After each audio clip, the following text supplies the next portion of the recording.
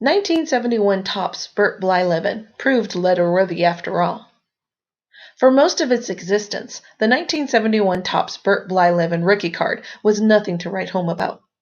Sure, it was a rookie card of an all-star pitcher, and it heralded from the condition-sensitive black-bordered 1971 Topps set, a love-it-or-hate-it affair if there ever one that existed in the hobby.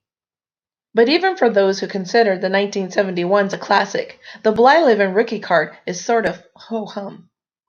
Here we had a card checking in at number 26, way at the bottom of the first series, usually the most plentiful of the year. That's pretty much how it played out for the 1971 Topps cards too, as you can see from the commons prices across different series. And in Blyleven's case, we had an all-star pitcher, sure, but a one-time all-star through 1983 with just one 20-win season and one top 10 Cy Young finish under his belt, all came in 1973 with the Minnesota Twins.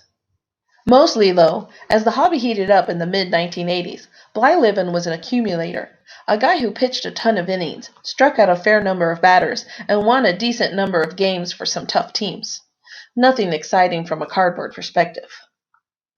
That trend pretty much continued in 1984 when he won 19 for the Cleveland Indians, and in 1985 when he won 17 for the Indians and Twins combined. He did finish third in the Cy Young voting both years, and even made the All-Star team in 1985.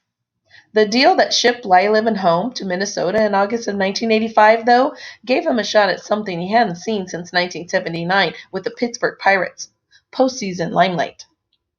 Because in 1987, Blyleven helped lead the Twins to an American League West title, then won 3 games in October as Minnesota took the ALCS and the World Series. Suddenly, that 1971 Topps rookie card of his started to look a little better, and a little more expensive, moving up a couple of bucks to $5 to $10 as rookie card mania continued to grip the hobby.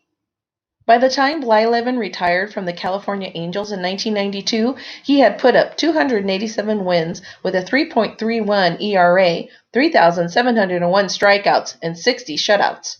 In some corners, there was serious whispers that Blyleven might someday crack the Hall of Fame lineup.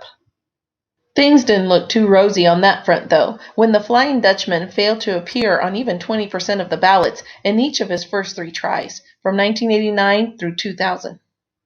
An uptick in 2001, though, led to a steady climb through most of the 2000s before a 4-year rush left Blyleven as a Cooperstown enshrinee in 2011, his penultimate year of eligibility. His rookie card naturally picked up steam along the way to immortality, and today that boring 1971 Topps Blyleven rookie card checks in at around $200 in PSA 7 condition, moving up to $800 and more than $4,000 if you bump up to 8s and 9s respectively. And if you ever run into that elusive perfect 10, well, you might not even believe all the zeros tacked onto the back end of that price. And there's only been one so far, after all, and it changed hands at north of $15,000 way back in 2012. Now that might be something to write about.